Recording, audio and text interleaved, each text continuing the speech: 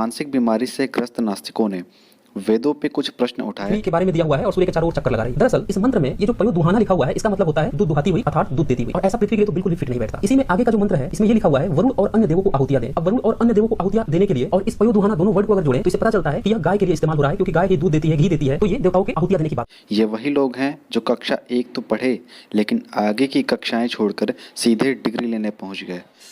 बिना व्याकरण पढ़े किसी भी भाषा का अनुवाद करते हैं, अर्थात जो ये अनुवाद करेंगे वो इन्हीं की भाषा में होगा, न कि अपनी मूल भाषा में। इनके जैसे ही कई वेद भाष्यकर्ताओं ने भी वेदों का गलत ही भाष्य किया बिना वैदिक व्याकरण पढ़े। चलिए देखते हैं वेदों में कितना विज्ञान है। किसी का यह कहना है कि यज्ञ हवन करते समय मंत्रों को इसलिए पढ़ा जाता था क्योंकि वेद मंत्र केवल हवन करने के लिए ही बनाए गए थे।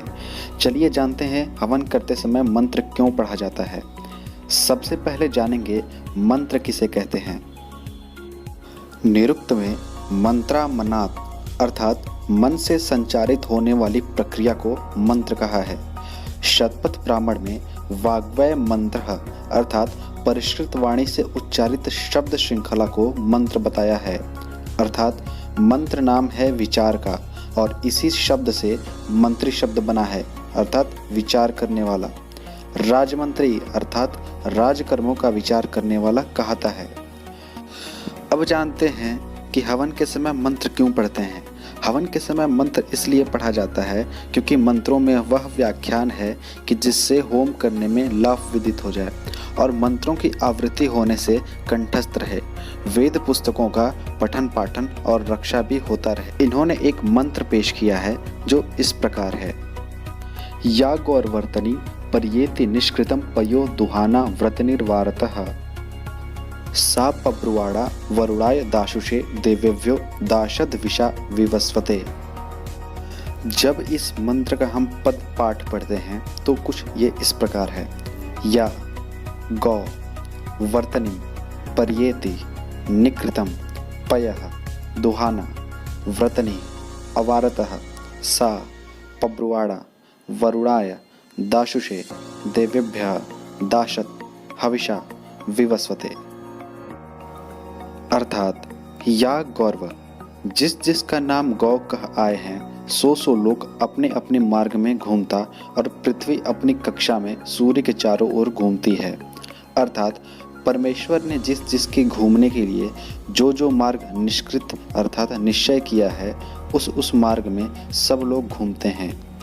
पयो दुहाना वह गौ अनेक प्रकार से रस फल फूल तृण और अन्नादि पदार्थों से सब नियम ही से प्राप्त हो रहे हैं। सा पब्रुवाड़ा जो विद्यादि उत्तम गुणों का देने वाला परमेश्वर है, उसी के जानने के लिए सब जगत दृष्टांत है और जो विद्वान लोग हैं उनको उत्तम पदार्थों के दान से अनेक सुखों को भूमि देती और पृथ्वी सूर्य और चंद्रादि गौ ही सब प्राणियों की वाणी का निमित्त भी है। यह भाष्य ऋषि दयानंद जी ने ऋग्वेदादि भाष्य भूमिका में पृथ्वी आदि लोक भ्रमण विषय में किया है।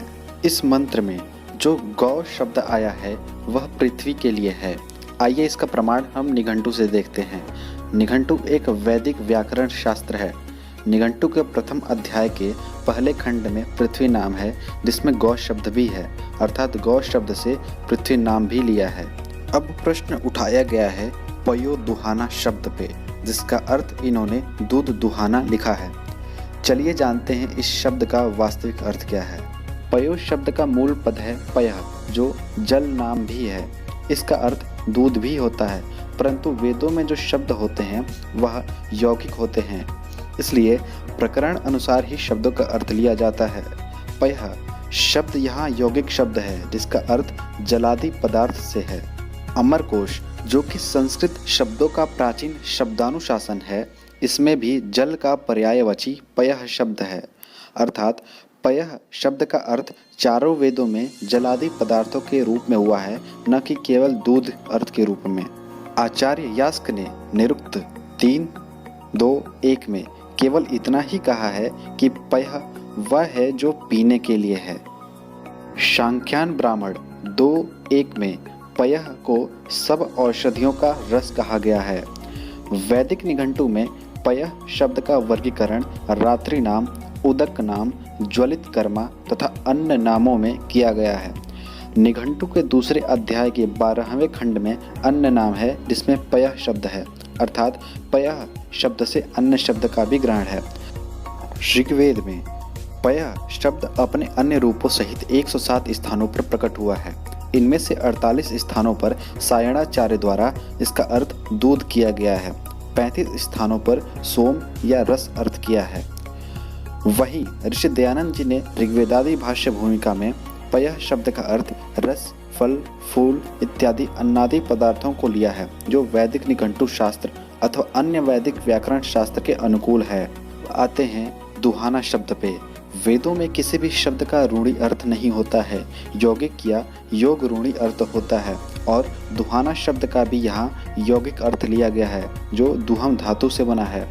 किसी भी क्रिया शब्द का एक धातु होता है जहाँ से उस शब्द की उत्पत्ति होती है और उसी धातु से उसका अर्थ निकाला जाता है। दुहाना शब्द का अर्थ यहाँ दुहना नहीं लिया गया है। यह शब्द दुहम धातु से बना है, जिसका अर्थ होता है प्रपूर्णे, अर्थात पूर्ण करना। इससे यह सिद्ध होता है कि इस मंत्र में जो बात कही गई है वह पृथ्वी के लिए है, और इस मंत्र में पयो दुहाना का अर्थ हुआ अन्नादि पदार्थों से पूर्ण करना, न कि गौ का दूध दुहना। अब इन्होंने कहा है कि इस मंत्र में कहीं नहीं लिखा कि पृथ्वी सूर्य का चक्कर लगाती है। चलिए इस मंत्र के अन्य पदों को देखते हैं। मंत्र में आया है पर्येति शब्द, जिसका अर्थ होता है चारों तरफ। आइए जाने कैसे।